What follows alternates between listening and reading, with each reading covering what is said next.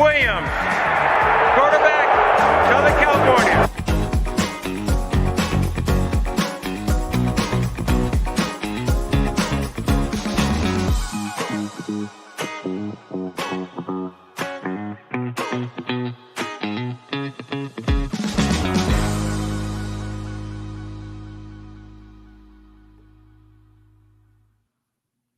What's up, Bears fans? Welcome in. Good to see everybody here. It's the end of mini camp now, and we got a very special guest for you guys in today. So let me go ahead and introduce him. As you guys know, he is the host of Gabriel Talks Football here on the Barroom Network. He's also a contributor to Windy City Gridiron, writes some great articles on there, and obviously has his 30-plus years of NFL experience in scouting, and 9 of those years with our Chicago Bears here as the director of scouting. So without further ado, let's bring him in. Welcome in, Greg. Thanks for being on. Well, thanks for having me. And I see that Celtics shirt on, so you're obviously a Celtics fan.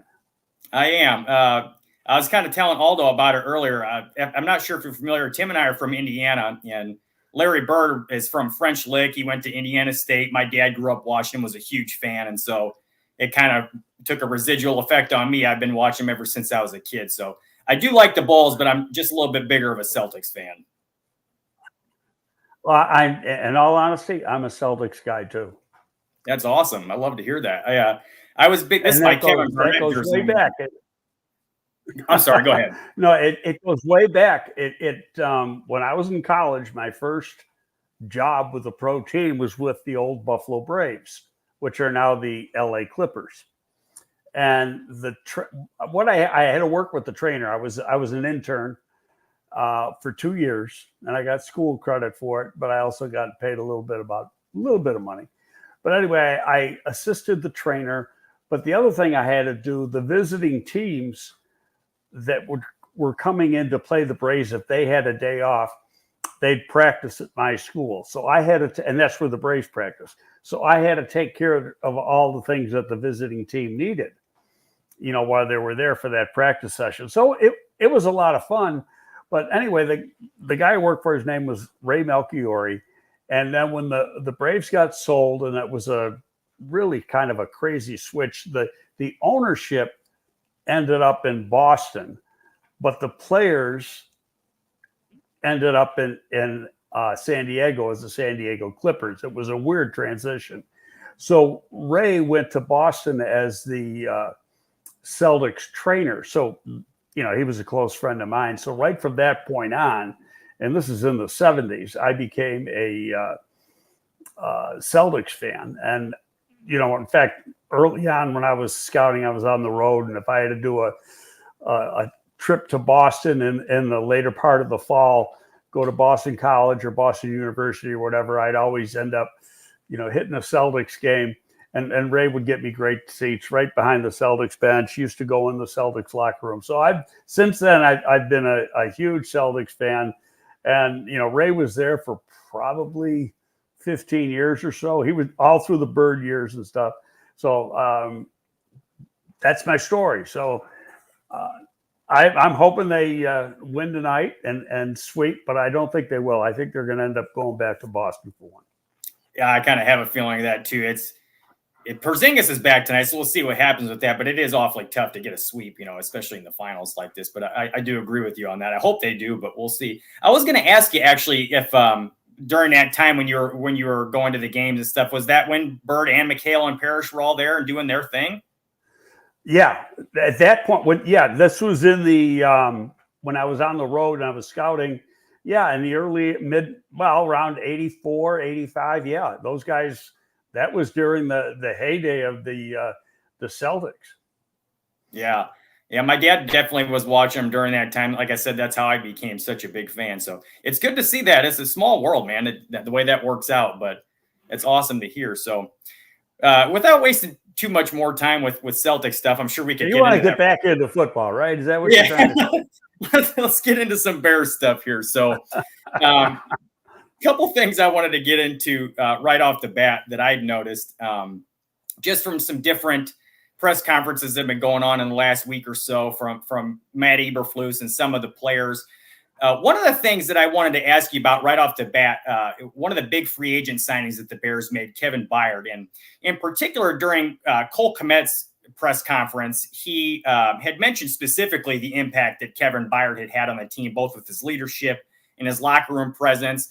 And several other players and coaches have also mentioned Byard at the podium. And I thought that was very interesting, as maybe he was seen as a little bit of an underrated signing. I just kind of want to get your thoughts on that and how you feel about Byard coming in.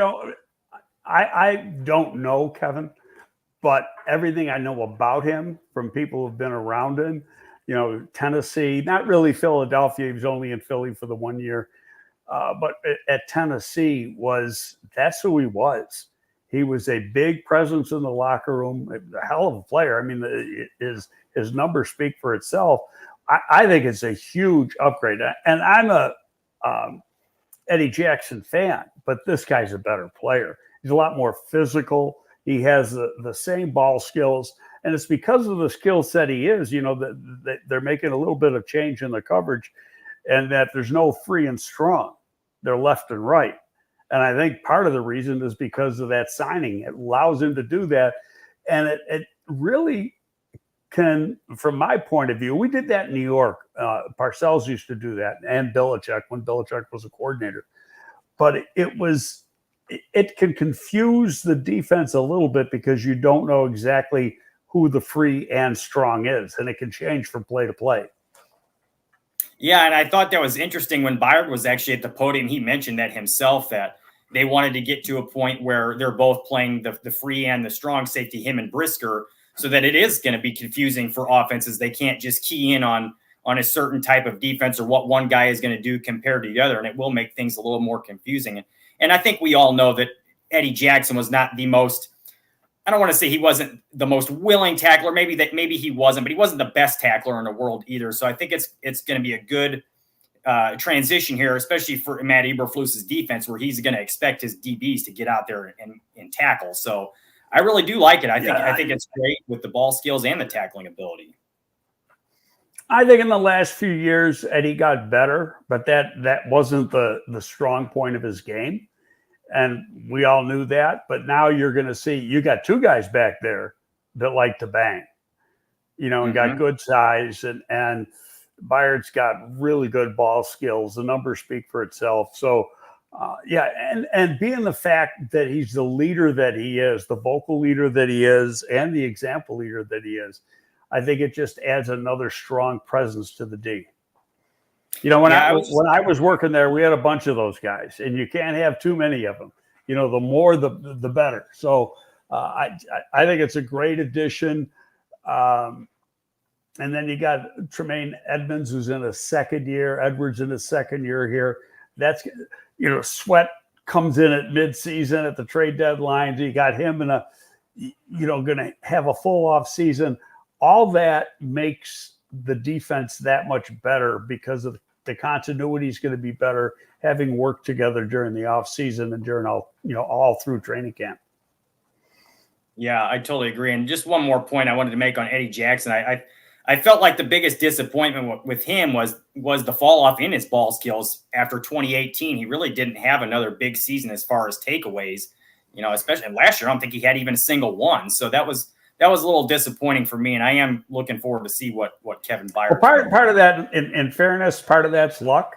I mean, you have a knack for it. There's some people that really have a knack for it. Parcells used to have a saying. I was talking about this on my show with Aldo not long ago, and when Parcells was referring to Pepper Johnson, the term he used was not he finds the ball; it's the ball finds him. And Byard is a similar type of player.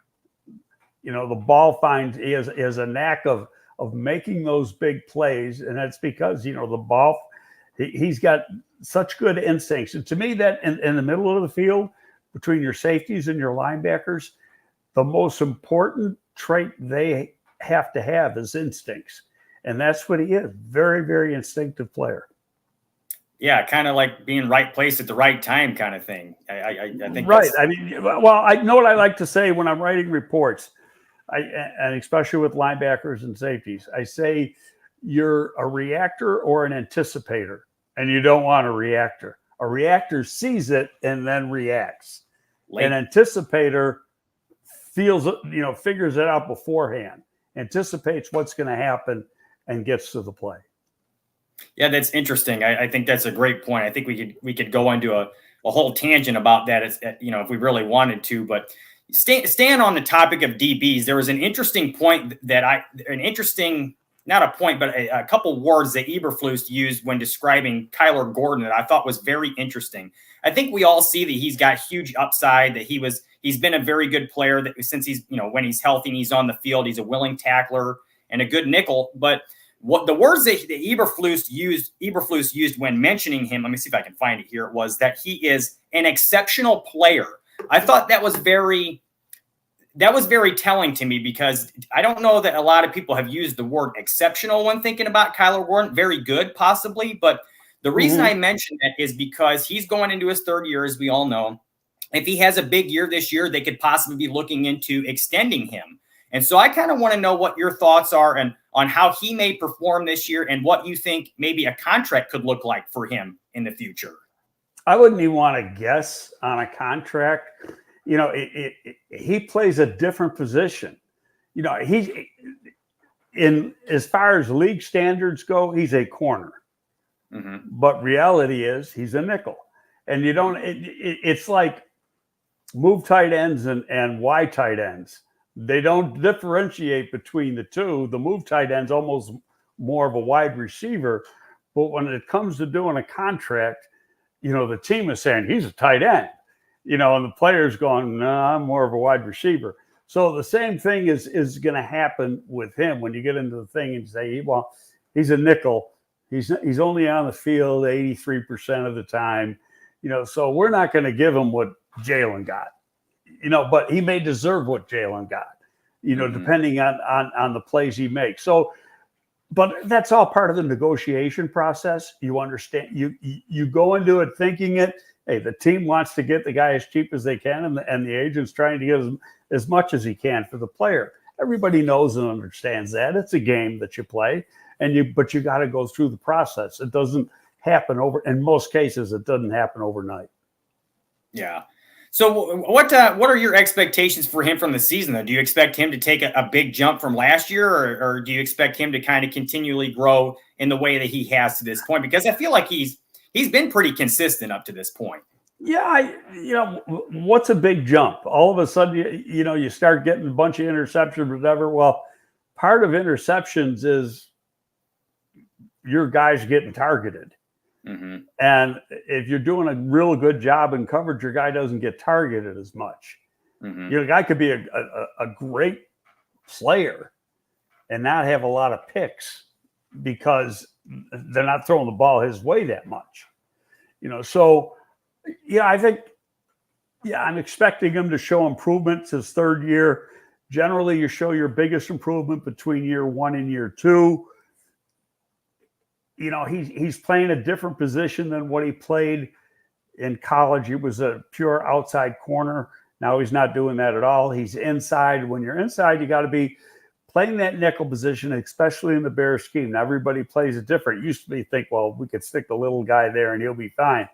But in this particular scheme, you don't want a little guy there because he's being part linebacker on a lot of plays and playing up near, in the box, so to speak.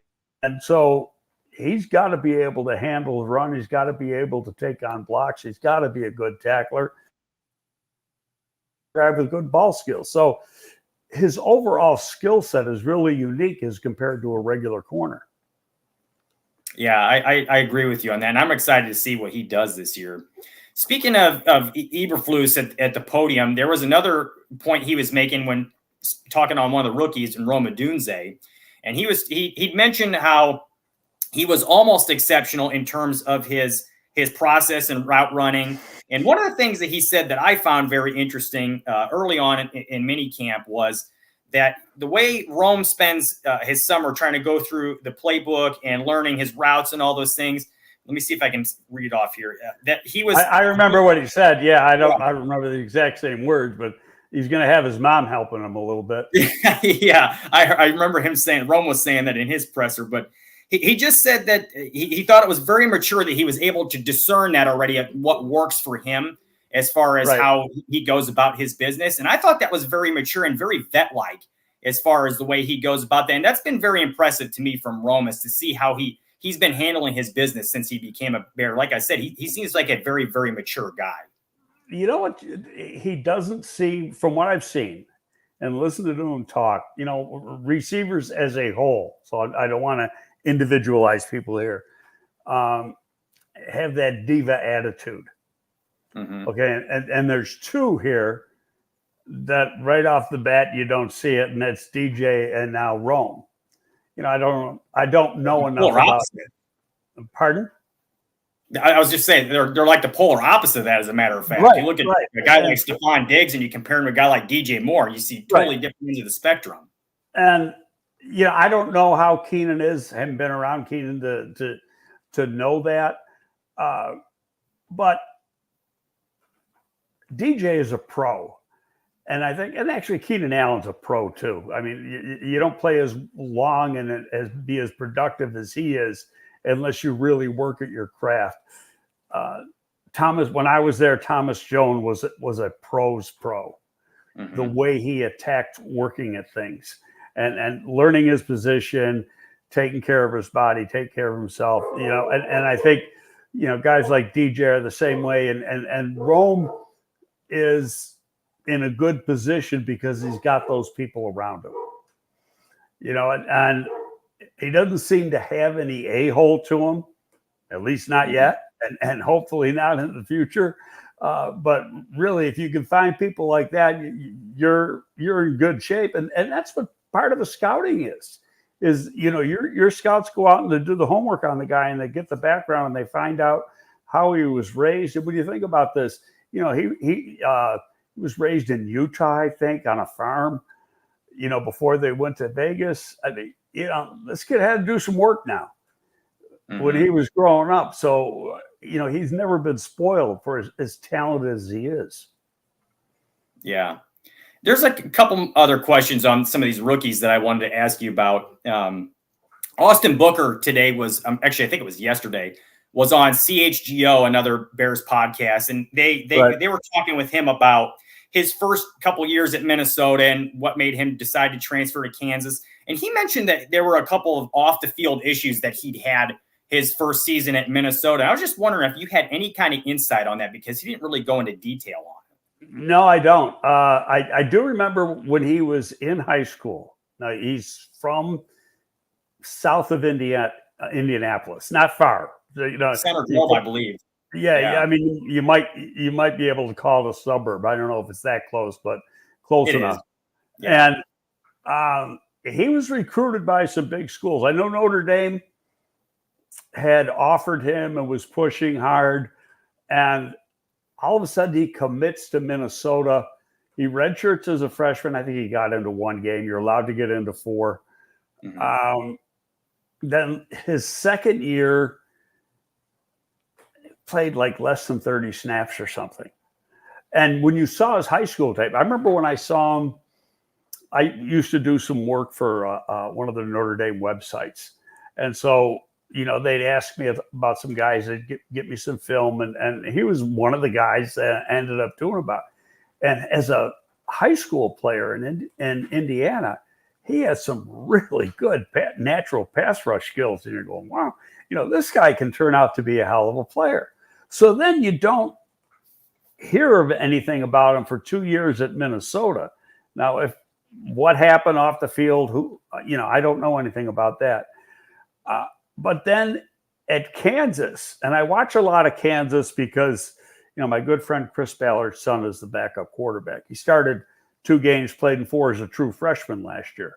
So, and the head coach I know real well because he was the head coach at Buffalo before he went to Kansas. And that's, my hometown.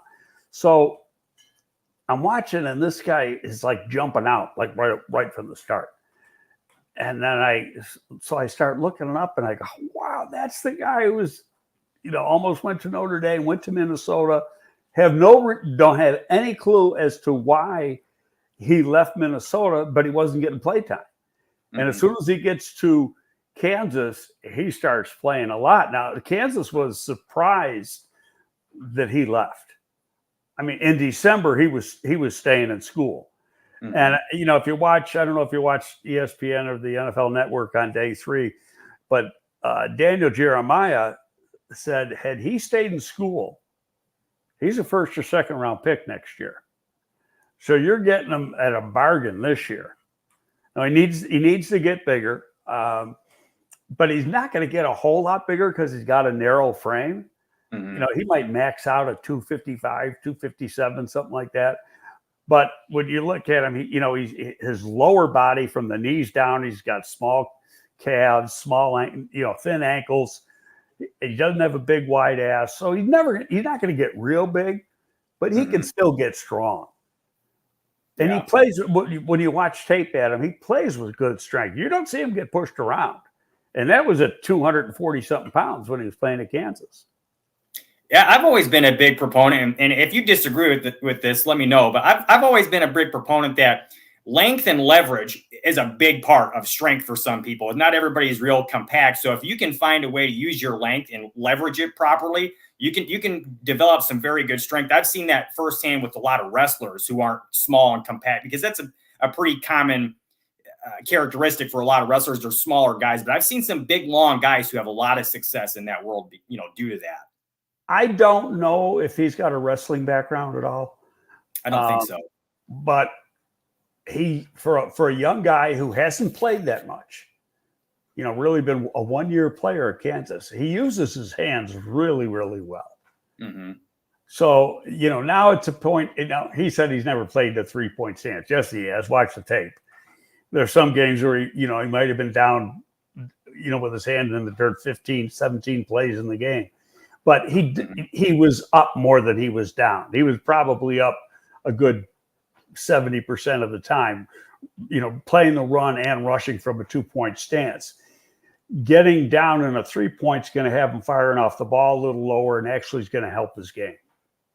Yeah, he actually mentioned that on CHGO also when he was doing that interview, is that he does think it's going to help him being in that 3-point stance. And he did say that he played that when he was in high school. So a couple more things I want to ask you.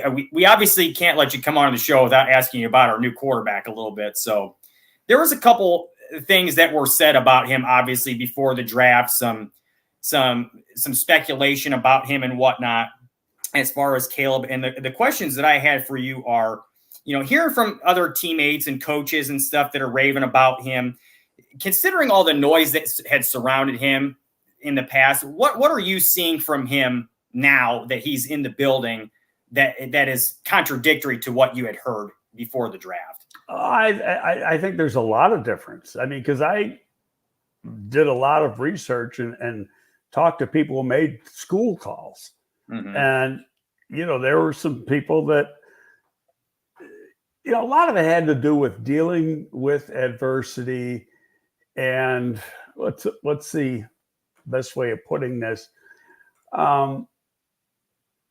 Being a bit of an I, me, my type guy. People liked him, but it was, I don't want to say selfish. You know how I'm trying to phrase this. Mm-hmm. And so far, we have not seen that. Now, we also haven't seen him in a game. And when he hits a point when there is adversity, we haven't seen how he's going to react to that. So that's going to all be new to all of us.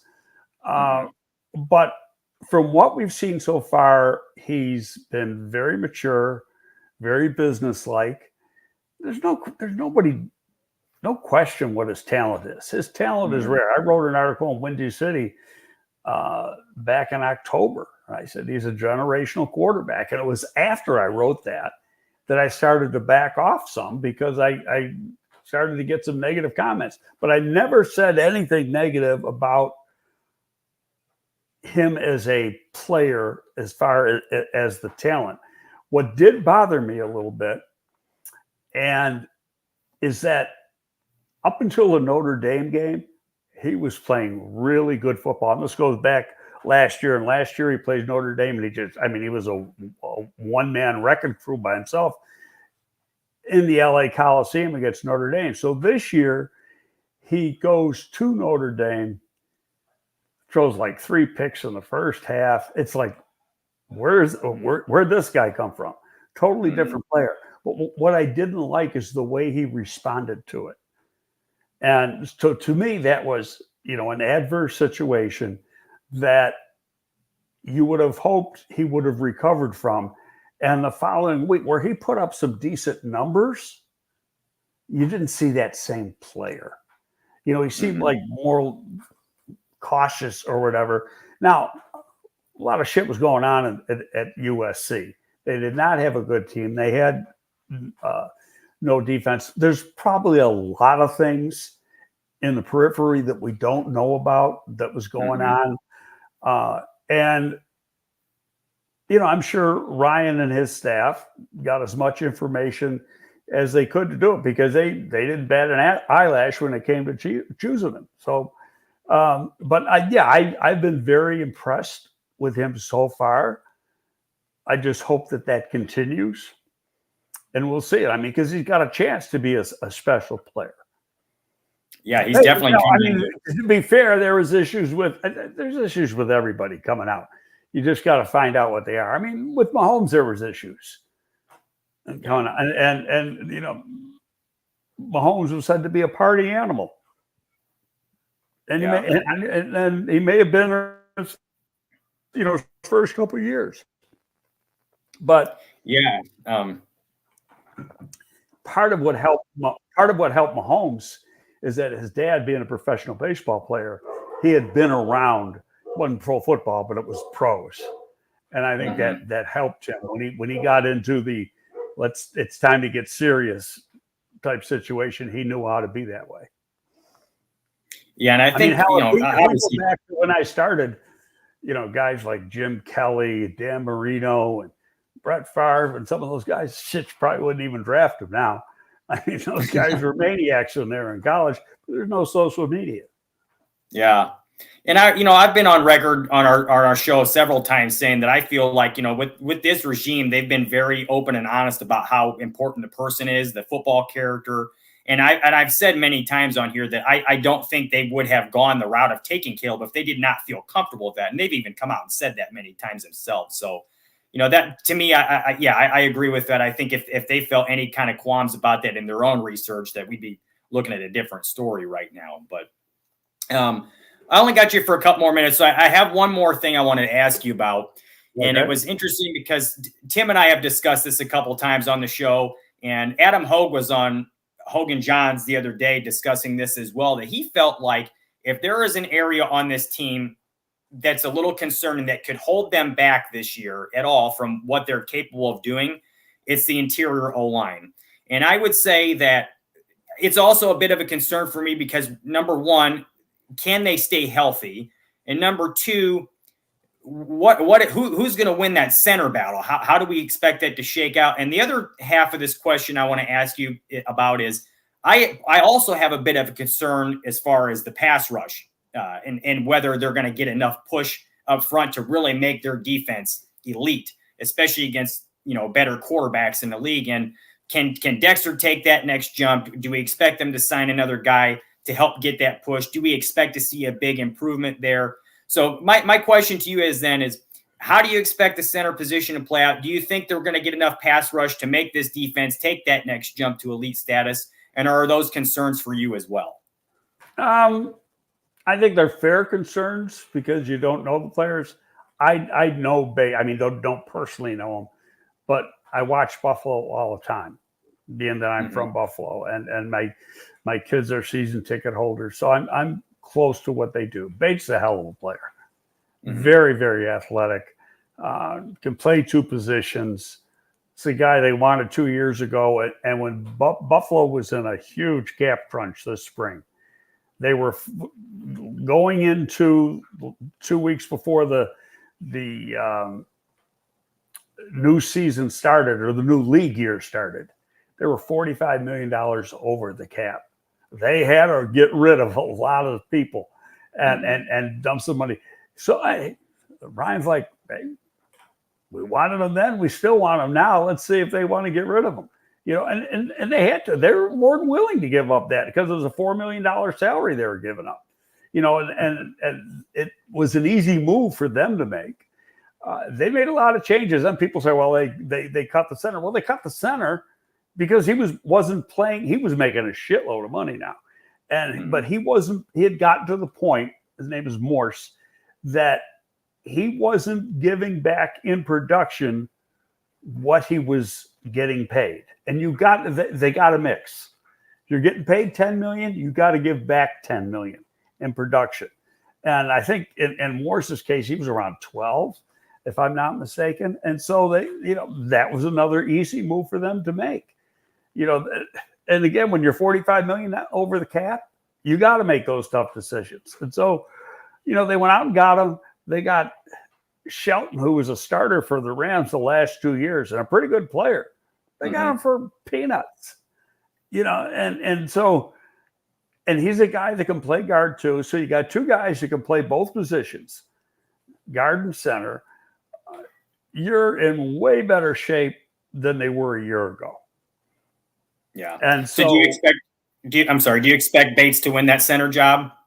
Yeah. And they do too. But that doesn't mean he's going to. Right.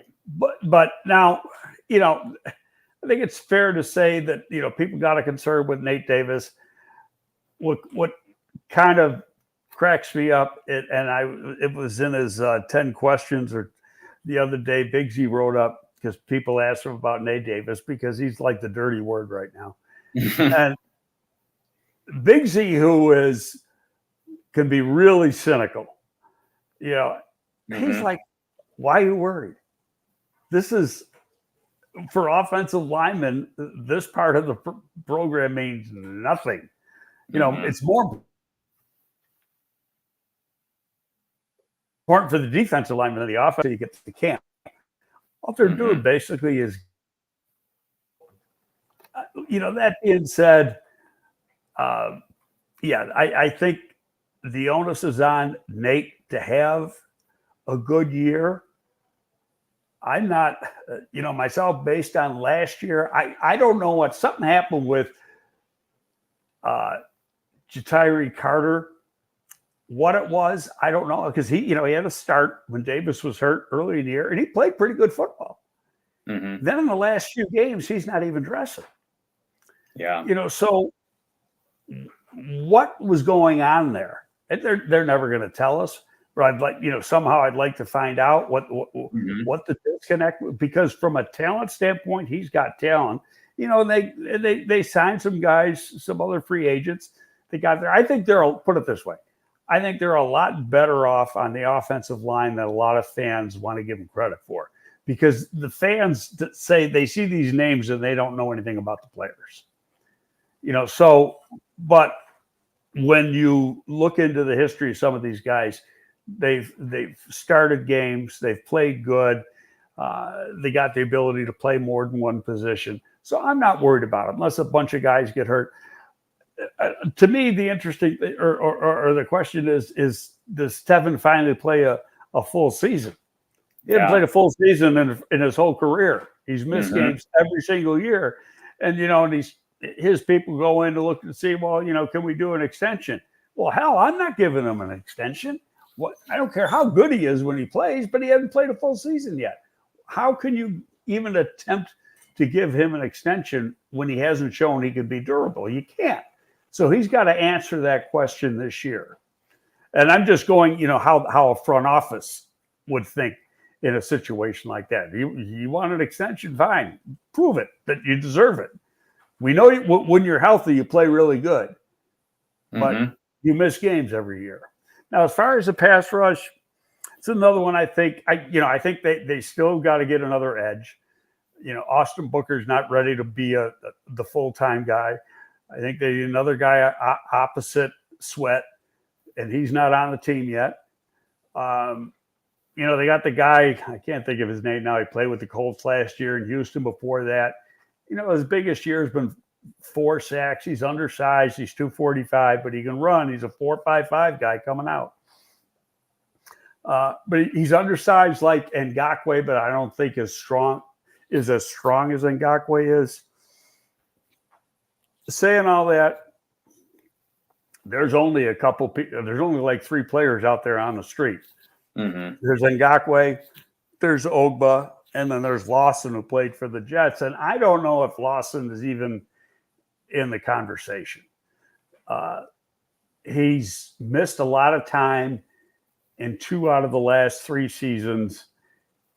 He's not a very big guy, and he's got short arms, 31.5-inch arms. And this is, does a team that really looks for length going to sign a guy with 31.5-inch arms? Now, if he's the last guy standing, maybe you do, because he has proven to be a good pass rusher when he's been in the league. But again, he's 28. And he's missed a lot of time in 2 out of the last 3 years. So that works against him too.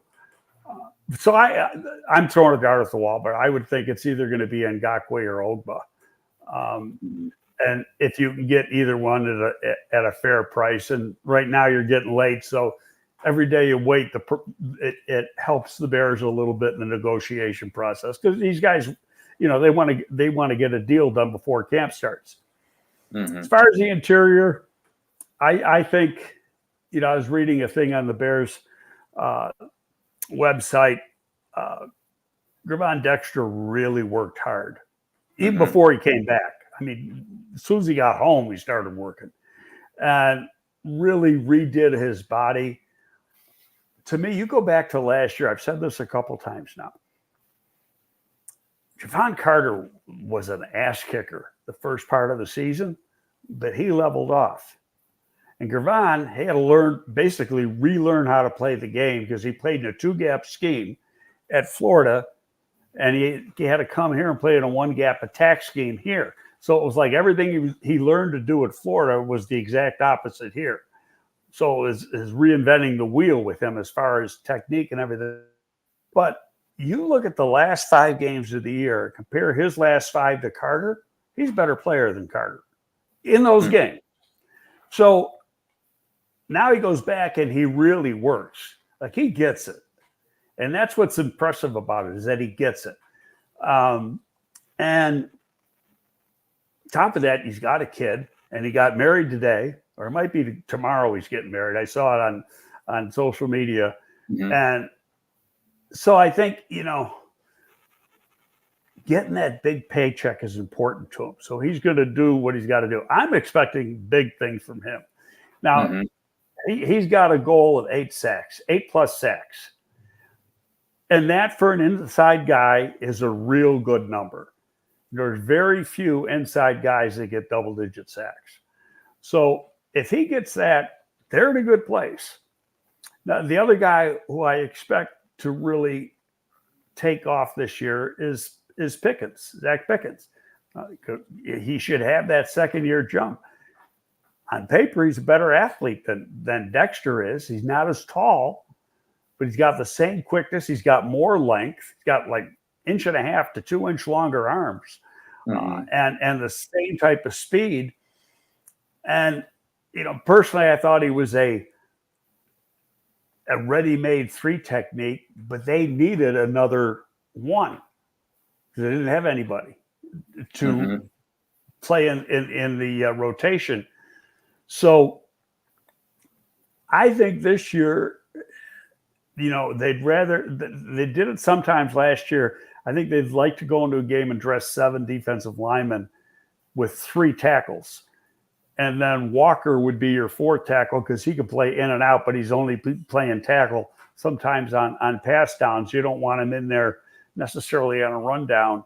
And he'd also be your 4th end.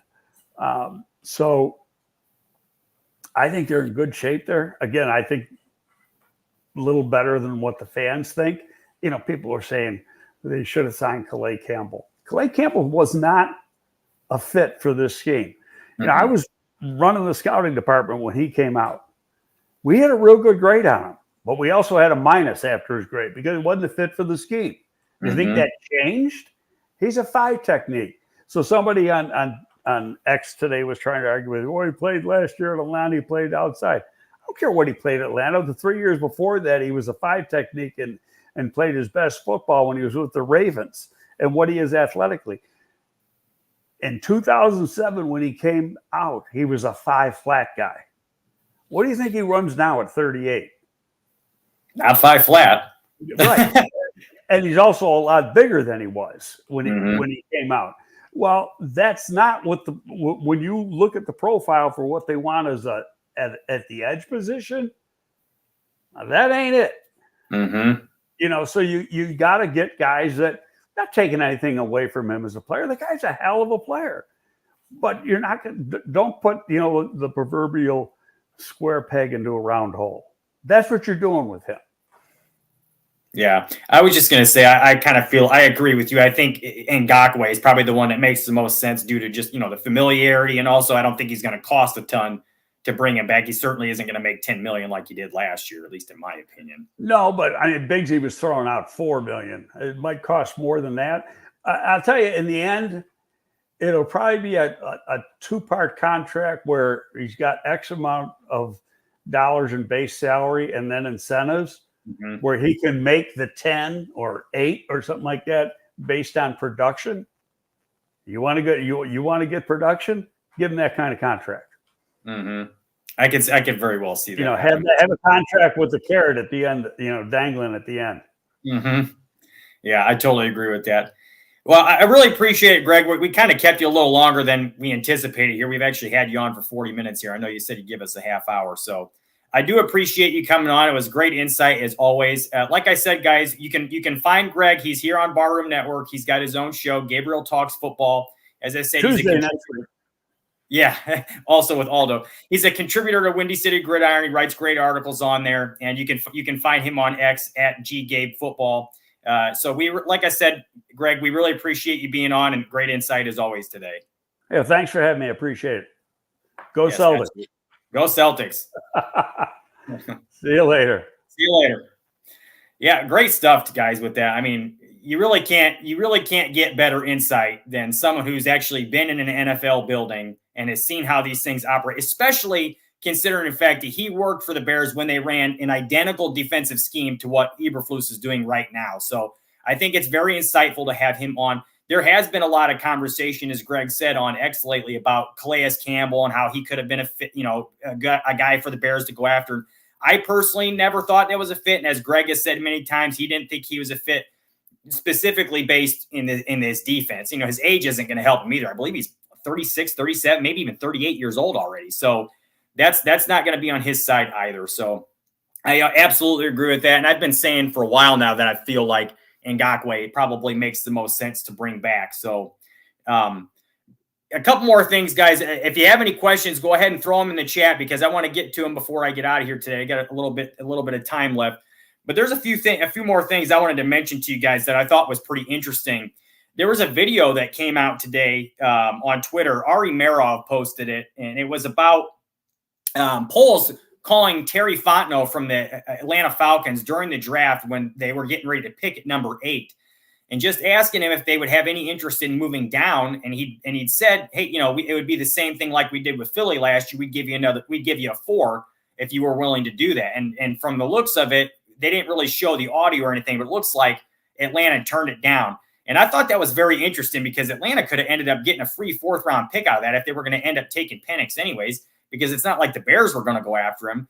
The only thing that I could see that would make any kind of sense that the Falcons would turn down that 4th round pick to move down the spot is if they had some kind of fear that the Bears were going to turn around and flip 8 again and move down for more capital and somebody would jump up and take their quarterback from them. But in any case, I really don't see that being the scenario regardless. I'm not even sure if anybody else had Penix that high on their board as far as somebody who was going after a quarterback.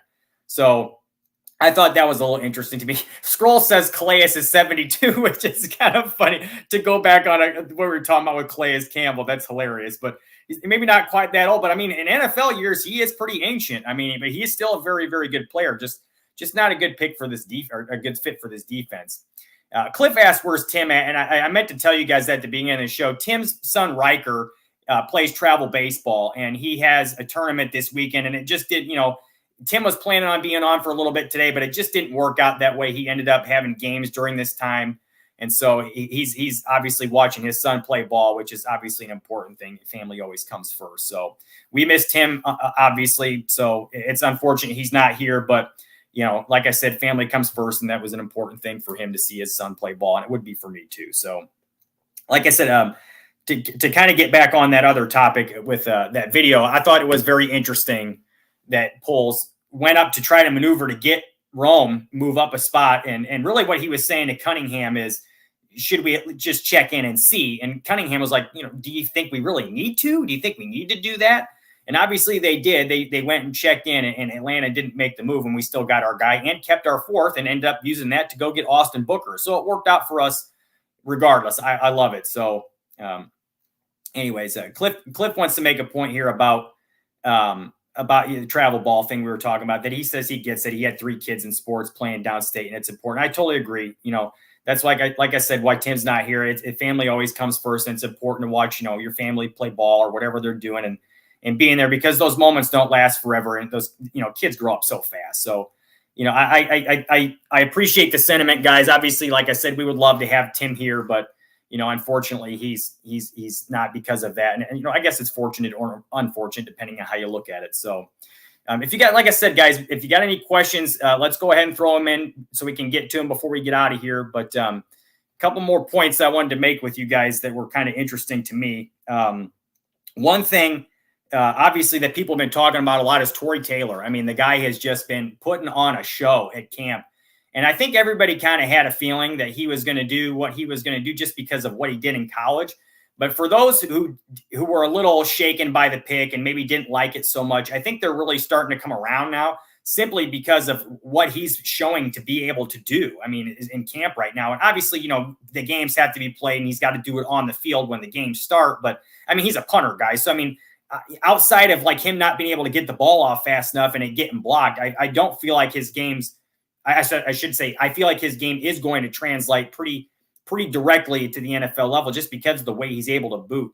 I told you guys before, when we were talking about him after the draft, that I was watching videos of him in college and some of his highlights and stuff. And the way the guy, he's got a huge leg, number one. And number two, his ball placement is just phenomenal. He puts it wherever he wants. He can put backspin on it. He can put front spin on it. He can get it to go side to side. He gets it to bounce wherever he wants. And last week he had several punts on one day that were dropping inside the 5-yard line and would have been, backing teams up inside their 10, inside their 5, on their own goal line. So Ryan Poles specifically mentioned after the draft that it can be devastating for offensive lines and for offensive personnel. It's like suffocating to be backed up like that. You're trying to fight to get to better field position. And when you're backed up like that, you're less worried about scoring and more worried about, can we keep our guy out of getting safetied here out in the end zone? Can we push forward? So I agree. I think it's a big thing. And if you're giving your defense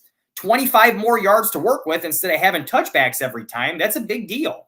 So I love it. I love this Tory pick, this Tory Taylor pick. I think it's very evident that he's going to be a weapon for us. And Scroll says that Taylor is early evidence that Poles aced this draft, and I tend to agree with that. I think the early showings that he's putting out there, and really all the draft picks that they've had, between Caleb and Rome and even Austin Booker with the flashes he's been showing at practice, obviously don't have pads on or anything. You can't really do your thing as a defensive lineman like you would in pads and, going full contact, but he's showing a lot of stuff. And, obviously Amagaji is still hurt and still dealing with his injury that he'd had in college, but I'm excited to see what he does when he comes back as well, because he's got some versatility on the offensive line. So yeah, I'm interested to see how this rookie class is going to look. I think this is, I think it was a very, very good rookie class. It's a small one. There was only 5 guys, but if you look at the collective ability and the talent amongst the 5 guys, it's up there. It's sharp. Caleb Williams, like Greg said, that talent is undeniable. I was talking about Rome earlier, his maturity level and his vet-like presence, just the way he's able to do things on the field as well, as teammates have talked about. He looks the part. So I'm excited to see how this rookie class plays right off the bat, and really how they look throughout their careers. I think this is going to be one of the better rookie classes that the Bears have had in years, in my opinion. So we'll have to see, but I'm pretty excited about it to see how that plays out. So, don't have a ton of time left, so let me get to some of these questions we have here. I see one for sure from Cliff, so I'll go ahead and try to get to this here. Cliff wants to know what Eric Washington's D-line skills will do for the Bears. Are we expecting big improvements? Well, Cliff, to be honest with you, from what I'm hearing from the other players and from the other coaches and some other people who have been around Eric Washington, they think that he is going to make a big difference for this defense. And in my personal opinion, the D-line has obviously been, and I shouldn't even just say it's my personal opinion, I think a lot of people would agree with this, the D-line has been a little bit of a concern, especially before Montez Sweat got here. So I am excited to see how he's able to develop some of these guys. Dominique Robinson has been a bit of a disappointment, even as a fifth-round pick. I want to see if he can get anything out of him at all, if he's going to end up being a cut candidate. I'm interested to see what he can get out of Dexter, who's got big upside. I'm interested to see what he can get out of Zach Pickens, who's another guy who has a lot of upside, who can be a big piece of this defense. Can he get even more out of Montez Sweat? I'm excited to see these things. And how is Austin Booker going to develop under this guy? That's what's really stands out to me. I want to see what he can do with a guy like Booker, who just oozes talent. So, I agree. I think that his D-line skills can be a huge piece for this defense. And I mentioned to you guys the CHGO interview with Austin Booker yesterday. And during that interview, Adam Hogue was talking about another guy who works for CHGO, Corey Wooten, who obviously played for the Bears, who was a fourth-round pick. He kind of fell over some off-the-field issues a little bit as well. He felt like he should have gone higher. A lot of us did. He ended up being a very productive player for us. But Corey Wooten actually had Eric Washington as his coach at Northwestern, and again when he came to the Bears. And I think I think they signed him the first year when Wooten was a rookie. Like, they brought him in during that season. So Wooten is a huge fan of Washington's and thinks he's going to be a big improvement for this defense as far as the defensive line's performance is concerned, their development, I should say. So I'm excited. I really am. I'm excited to see what Washington can do. I think he's a humongous improvement over Alan Williams, who we had before, who was to me, he's just very dry. He didn't have a ton of personality. I felt like his defenses were boring. He did a lot of soft coverage, and even Flus was doing that a lot when he first took over the play calling duties. And as we saw over the course of the season, he started to become more aggressive with that. So I'm excited about that and to see how that looks. So I want to show you guys a video real quick because we don't have a ton of time left and I'm not seeing any more questions in here. There's a video of about 40 seconds that Aldo's got here of Rome Odunze handling some punts. And he did mention in his press conference that there was a question asked to him about punt return duties and whether he would like to do that or not. And obviously that's a concern here because we don't really have, we haven't had a great punt return presence in the last couple of years. So whether he ends up getting that job or not remains to be seen because obviously he's going to be a big part of the offense's plans. But let's go ahead and play this clip so you guys can see it. I had my fair share of punt returns in college. I practiced it every day. I didn't get a ton of reps, in actual game. Would have loved to get more of those, but I think it's just another opportunity for me to shine and me to, add value to the team. I feel like I do it at a high level. So I'm continuing to grow with that, continuing to, find the technique of it. And, especially at this level with punters like Tory, who, man, he's got some unique ones. So just learning those things. But yeah, you guys already know my favorite player is Devin Hester. So if I can contribute in any facet in the return game, I'm all for it. Yeah, so there you go. Like I said, I think he's willing to do anything. I think he's excited about it. And I did see some of his punt return clips in college. He's a much better punt returner than anything we've had, but the Bears have brought in some other guys to do it. Scrolls says he doesn't want him returning kicks because he believes that's how he punctures his lung. I'm not sure about that, Scrolls. I haven't done the research on that to know for sure, but in any case, I don't want a guy who's going to be a big contributor offensively to be returning punts anyways, because that does bring injury risk. I agree with that. So I'm not super excited to see that myself, but we'll see what happens if he does or not. If he does end up taking over the punt return duties, we know why, because he was the best fit for it. So we'll see what happens. Scottish Bear makes a point here real quick before we get out of here that I want to mention that he says there was an even better interview with Austin Booker on the Barstool. Tell you what, Scottish Bear, if you want to post the link to that in the chat, go ahead. But what you can do is go ahead and find me on X, guys. I'm at Jeff Willis. And Scottish Bear, if you don't mind finding me on there and tagging me with that link, I'll go ahead and repost it so everybody can see it. Or if you want to even tag Aldo at Barroom Network, I'm sure he would do the same. So I'd like to see that interview myself because I haven't had a chance to. So if you don't mind doing that, I would definitely repost it so everybody can get a chance to look at that. So before we get out of here, guys, I want to mention real quick, there's another show coming on after this. There's somebody big just died, Jerry West, a former NBA legend, a former Laker. Everybody knows about him who's familiar with the NBA. So he died recently. And there's a video coming on here, another pod after mine or after ours here on Barroom Network that's going to go over that. You guys should check that out. So again, before we get out of here, I just want to mention, guys, please give us a like on the video here and follow us on Twitter. I'm at @_ Jeff Willis, and Aldo is at Barroom Network. And as I mentioned before, you can find Greg on there as well at GGabe Football. So great show tonight, guys. It was a lot of good interaction from you guys in the chat. We had a great discussion with Greg tonight. So as always, we really appreciate you guys being here. As always, we'll be back again next Friday. Hopefully with Tim as well. We'll see. I know we're talking about taking a break for a little bit, so we'll see what happens. But we'll definitely keep you guys informed. As I mentioned, stay on for the next show with the tribute to Jerry West. I believe it's Mike North who's going to be running that with Joe Mandel. So thanks again, guys, as always, for joining us as always, and we'll see you again next week. Hopefully, bear down. The Willis Twin Towers podcast is a Barroom Network production. Jeff and Tim Willis are the co-hosts and co-producers. Aldo Gandia is executive producer. Music is licensed from Pond 5. Any copyrighted material used was done under the Fair Use Doctrine for commentary, criticism, and informative purposes. All of our programming is available in audio-only format by subscribing to the Barroom Network wherever you download podcasts.